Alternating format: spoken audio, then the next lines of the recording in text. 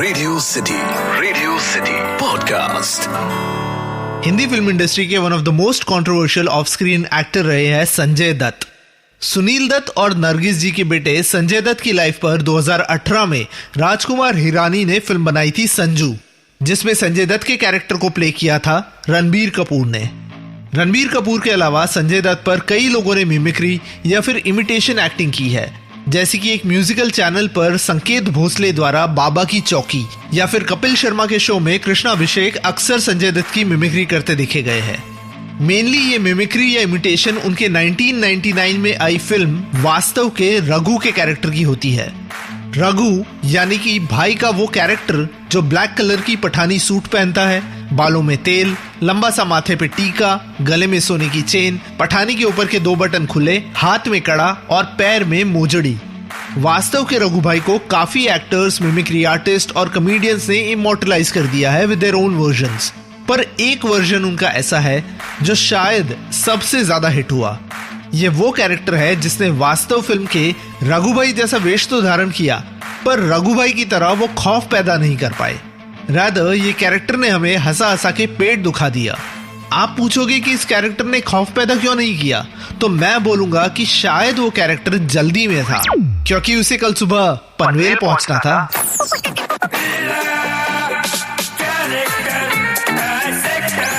Character dissector with Atiq.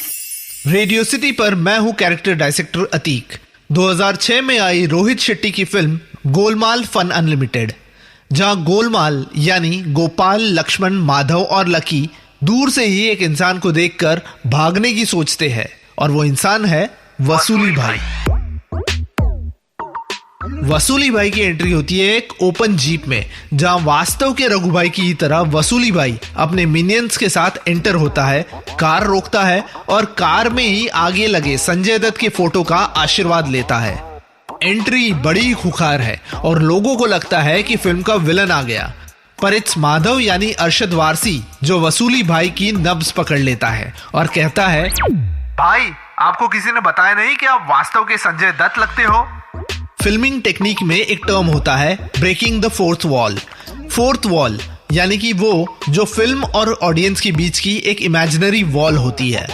जब कोई इस वॉल को तोड़ता है, यानी कि फिल्म के दायरे से बाहर की बात करता है और कई बार दूसरी फिल्म का रेफरेंस, तो उसे ब्रेकिंग द फोर्थ वॉल कहते हैं। वसूली भाई का रघु का कैरेक्टर करना ब्रेकिंग द फोर्थ वॉल तो था ही, पर उससे ज्यादा परफेक्ट एग्जाम्पल है ब्रेकिंग द फोर्थ वॉल का, जहां अरशद वारसी जो खुद मुन्ना भाई का सर्किट था, वसूली भाई को डायलॉग सिखाने की कोशिश करता है कि ए सर्किट एक जादू की जप्पी देना। वसूली भाई, जिसका फिल्म में रियल नेम क्या है वो आज तक हमें नहीं पता, पर ये नाम शायद अपने काम की वजह से रखा होगा, दैट इज वसूली करना। वसूली भाई का पैसा देना इज नॉर्मल, पर उस दिए हुए पैसे को वसूल करना was his main job. Golmaal film के हर सीक्वेंस में वसूली भाई द्वारा दिए पैसे बढ़ते जाते हैं, क्योंकि with every film Gopal, Madhav, Laxman और लकी वसूली भाई को चूना लगा लगा कर पैसे लेते जाते हैं, पर रिटर्न नहीं करते। गोलमाल 3 में तो वसूली के नाम का बिजनेस भी शुरू कर देते हैं, वसूली जेट्स की, वसूली फायर क्रैकर्स एक्सेट्रा एक्सेट्रा, पर एक भी बिजनेस चलता नहीं है, उल्टा वसूली के पैसे डूब जाते हैं। बेसिकली वसूली सिर्फ नाम का वसूली है, कुछ वसूल करता ही नहीं है। He doesn't live up to his name। 24 अगस्त को मध्य प्रदेश के सागर नाम के शहर में मुकेश तिवारी जी का जन्म हुआ। पढ़ाई में पहले से इंटरेस्ट नहीं था, तो किसी ने बताया कि दिल्ली में नेशनल स्कूल ऑफ ड्रामा है जहां एक्टर बन सकते हो।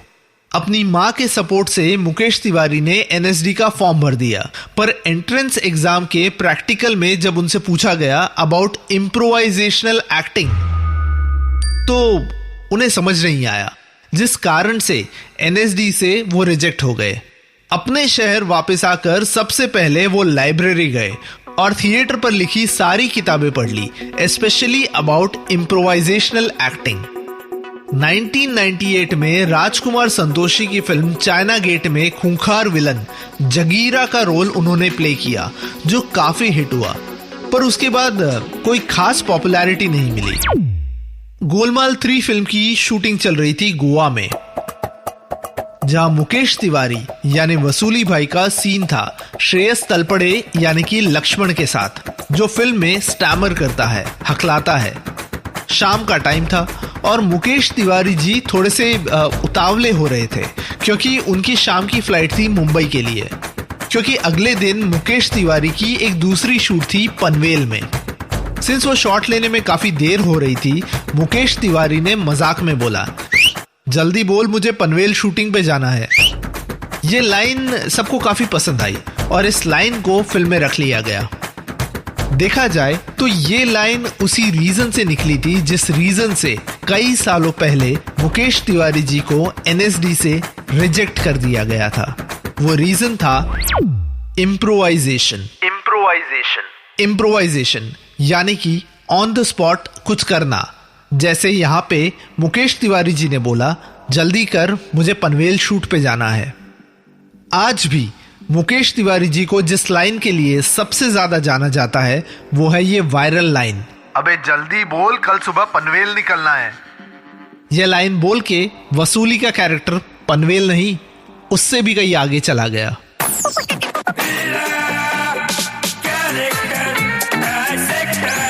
Character dissector with Atiq. इस पॉडकास्ट का फीडबैक देने के लिए मेल करें podcast@myradiocity.com या इंस्टाग्राम पे कैरेक्टर डाइसेक्टर विद अतीक पे DM करें।